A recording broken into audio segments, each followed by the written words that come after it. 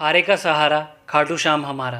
खाटू श्याम जी को हारे का सहारा कहा जाता है। राजस्थान के सीकर जिले में स्थित खाटू श्याम मंदिर भारत के प्रसिद्ध मंदिरों में से एक है, जहां बाबा के दर्शन के लिए लोग दूर दूर से आते हैं। हर साल सीकर जिले में होली के आसपास बाबा खाटू श्याम जी का मेला लगता है, जहां भारत के कोने कोने से लोग बाबा के दर्शन के लिए पहुंचते हैं। इस मेले को लक्खी मेला कहा जाता है। ये मेला 10 दिनों तक चलता है।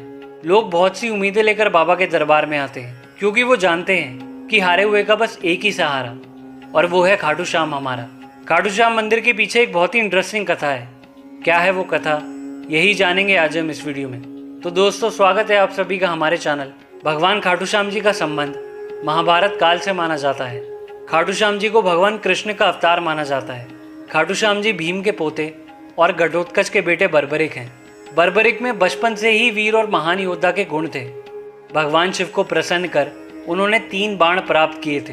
बर्बरिक को ऐसा वरदान मिला था कि वो जिस पक्ष की ओर से लड़ेंगे, जीत उसी की होगी।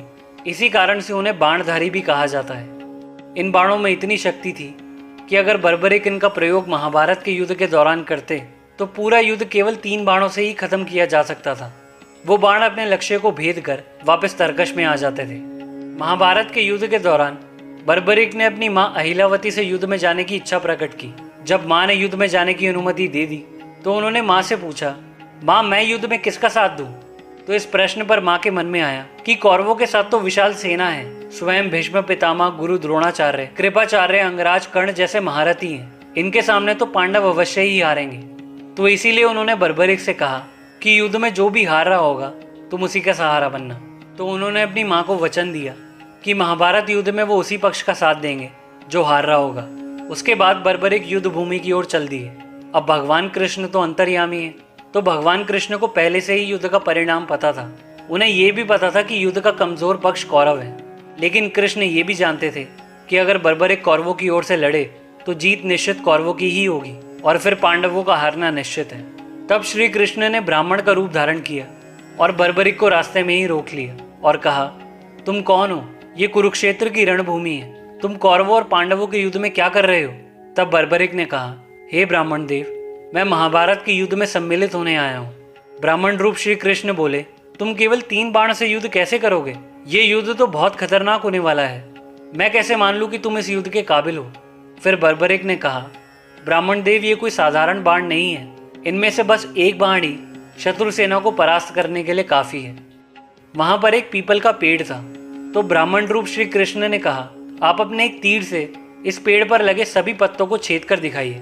इतना कहते ही भगवान श्री कृष्ण ने चुपके से एक पत्ता अपने पैर के नीचे रख लिया।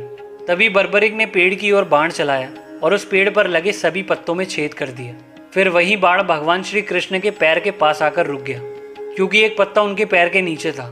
तब बर्बरिक ने कहा, ब्राह्मण देव, आप अपना पैर हटा लीजिए, नहीं तो ये तीर आपके पैर में छेद कर देगा। ये तीर अपना लक्ष्य पूरा किए बिना तरकश में नहीं लौटते। तभी ब्राह्मण रूप श्री कृष्ण बोले, हे वीर योद्धा, मैं तुमसे दान स्वरूप कुछ मांगना चाहता हूँ। बर्बरिक बोले, मांगिए ब्राह्मण देव, क्या चाहिए आपको? ब्राह्मण रूप भगवान श्री कृष्ण बोले, तुम दे नहीं पाओगे।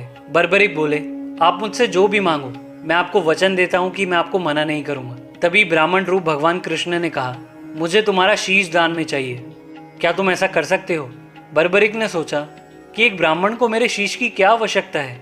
तो बर्बरिक बोले कि एक ब्राह्मण को मेरे शीश की आवश्यकता नहीं हो सकती, तो आप जो भी हैं कृपया करके मेरे सामने आइए, मैं आपके दर्शन करना चाहता हूँ। बर्बरिक के प्रार्थना करने पर भगवान कृष्ण ने अपने विराट रूप में उन्हें दर्शन दिए। इस पर बर्बरिक ने अपनी तलवार से श्री कृष्ण के चरणों में अपना शीश अर्पित कर दिया। तभी श्री कृष्ण ने उनका शीश अपने हाथों में उठाया।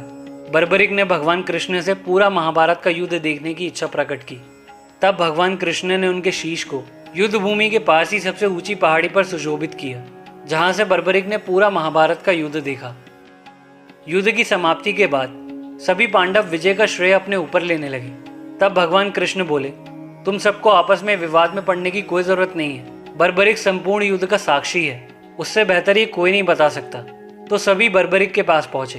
वहां पहुंचकर भगवान श्री कृष्ण ने उनसे पांडवों के पराक्रम के बारे में पूछा। तो बर्बरिक के शीश ने उत्तर दिया, भगवान, आपने ही युद्ध में विजय प्राप्त कराने में सबसे महान कार्य किया है। मुझे तो रणभूमि में बस आपका सुदर्शन चक्र घूमता दिखाई दे रहा था, जो शत्रु सेना को काट रहा था। इस धर्म युद्ध को जीतने का पूरा श्रेय आपको जाता है। ये सुनकर भगवान श्री कृष्ण बहुत खुश हुए। फिर भगवान कृष्ण ने उन्हें आशीर्वाद दिया कि कलयुग में लोग तुम्हें हारे का सहारा कहेंगे। जो भी हारा हुआ भक्त होगा तुम उसका सहारा बनोगे। लोग तुम्हें खाटू श्याम नाम से पुकारेंगे। मेरे ही नाम से तुम्हारी कलयुग में पूजा की जाएगी। मान्यता के अनुसार महाभारत युद्ध खत्म होते ही श्री कृष्ण ने बर्बरिक का शीश रूपवती नदी में बहा दिया था। कलयुग शुरू होने के बाद बर्बरिक जी का शीश सिकर के खाटू गांव में धरती में दफन मिला। एक दिन उस जगह से एक गाय गुजरी तो उसके थन से उस जगह पर अपने आप ही दूध बहने लगा। ये देखकर गांव वाले हैरान हो गए और ये खबर खाटू गांव के राजा तक पहुंच गई। खाटू के राजा जब ये देखने के लिए उस जगह पर पहुंचे तो उन्हें याद आया कि कुछ दिन पहले रात को सोते समय उन्हें एक सपना आया था। सपने में भगवान कृष्ण ने उन्हें कहा कि एक जगह पर उनका शीश दफन है, वो शीश को वहां से ले आए और उनके लिए एक मंदिर का निर्माण करवाए। जिसके बाद खाटू के राजा ने उस जगह की खुदाई करने का आदेश दिया और वहां जमीन से खाटू श्याम बाबा का शीश निकला। शीश निकलने के बाद राजा ने उस शीश को खाटू गांव में ही एक जगह पर स्थापित कर मंदिर का निर्माण करा दिया। आज वही मंदिर बाबा खाटू श्याम के नाम से पूरे देश में मशहूर है। तो आज के लिए बस इतना ही। आई होप आप लोगों को वीडियो पसंद आई होगी। वीडियो पसंद आए तो वीडियो लाइक करना, ऐसे ही वीडियोस के लिए हमारे चैनल को सब्सक्राइब करना और बेल आइकन भी ज़रूर प्रेस करना। मैं मिलता हूँ आपसे नेक्स्ट वीडियो में। बाय, टेक केयर, जय खाटू श्याम बाबा, हर हर महादेव।